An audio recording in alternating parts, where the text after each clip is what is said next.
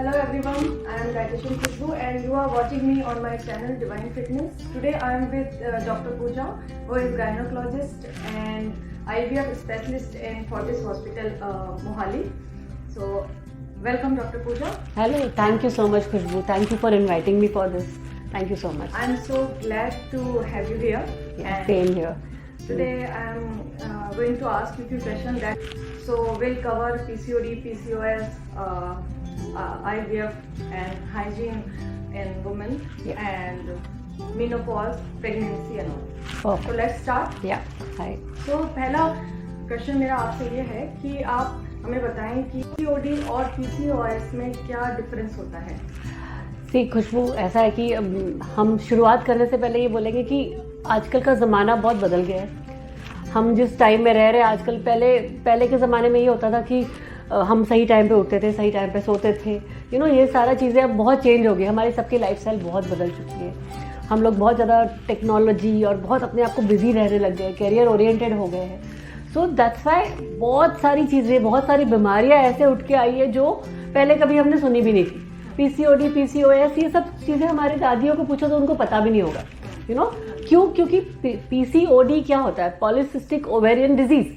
PCOD मतलब जो ultrasound picture में पॉलीसिस्टिक ओवेरियन डिजीज है, जो अल्ट्रासाउंड के पिक्चर में अगर ओवरीज में पॉलीसिस्टिक मतलब बहुत, पॉली मतलब मल्टीपल, सिस्टिक मतलब छोटे छोटे पानी से भरे हुए सिस्ट, वो अगर ओवरी में बहुत सारे सिस्ट हो तो उसको हम बोलते हैं PCOD. और PCOS आपने सुना होगा, जिसको कहते हैं पॉलीसिस्टिक ओवेरियन सिंड्रोम.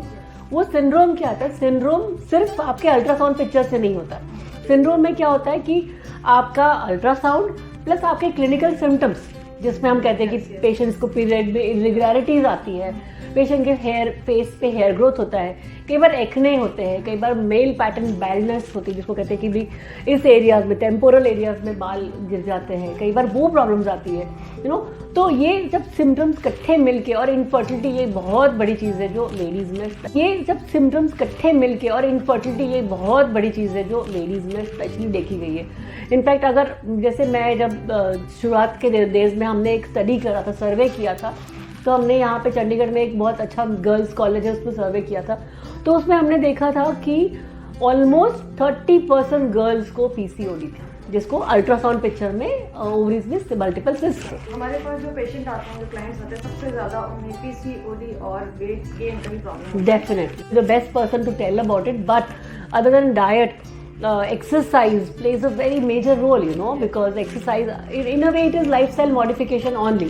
जिसमें लाइफस्टाइल हम अपना चेंज करेंगे तो बहुत बहुत बहुत हद तक फर्क पड़ जाता है उस चीज़ में. डेफिनेटली. इसके अलावा एक चीज़ और हमें जाननी थी कि क्या हमें हाइजीन का भी पूरा प्रॉपर ध्यान रखना चाहिए या? देखो, हाइजीन तो जनरल आजकल अभी यंग गर्ल्स को स्कूल्स में भी हम पढ़ाते हैं.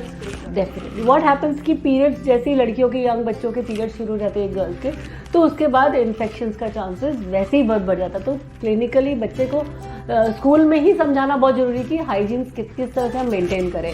आगे जाके लेडीज़ को भी समझाना बहुत ज़रूरी. कोई भी तरह का इन्फेक्शन है, कोई भी तरह का डिस्चार्ज है, तो प्लीज़ उस चीज़ को इग्नोर ना करके उसको ट्रीट करना बहुत इंपॉर्टेंट है. अगर ट्रीट ना करो तो डेफिनेटली प्रॉब्लम्स बढ़ने के चांसेस है बहुत.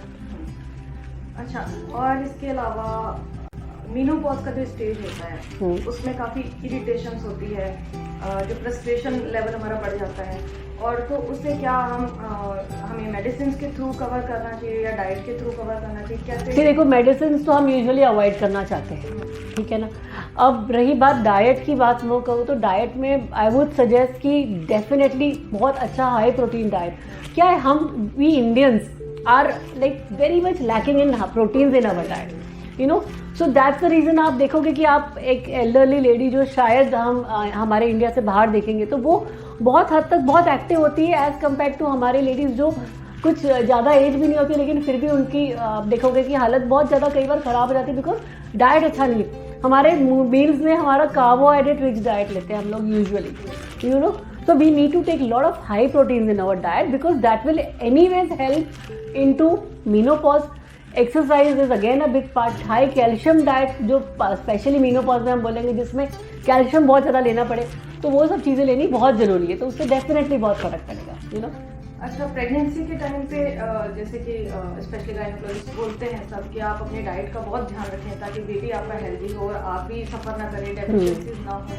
तो क्या प्रेगनेंसी के बारे में ज़्यादातर सबको मालूम है, लेकिन क्या प्री प्रेगनेंसी डाइट भी उतना ही इम्पोर्टेंट है जितना प्रेगनेंसी है, when we are planning to conceive? Definitely see proteins improve the egg quality, so definitely उस केस में if we take a very good high protein diet, if we take exercise as a routine, so and if we modify our lifestyle for that matter. See, nowadays in modifying lifestyle I want to add 2-3 things more. One is drug abuse जो बहुत ज़्यादा हो रहा है, which is very common. Smoking, alcohol, इन सब चीज़ों को भी बहुत हद तक कम करने की बहुत ज़रूरत है. Young girls have to stop that before at least 3 months prior to pregnancy, planning the pregnancy, because that will help into improving the results, you know. So definitely we need to do that way. इसके अलावा जो IVF treatment अभी बहुत common हो रहा है, बहुत demand में है, तो उसके लिए आप ये बताइए कि क्या IVF को डाइट अगर सपोर्ट क्या करती है IVF को IVF एक बहुत छोटा टर्म है, बिकॉज वो अगर 100 लोगों को प्रेगनेंसी नहीं हो रही, जिसको कहते हैं 100 लोगों को इनफर्टिलिटी है, तो उसमें से 5 लोगों को भी IVF की जरूरत नहीं पड़ती.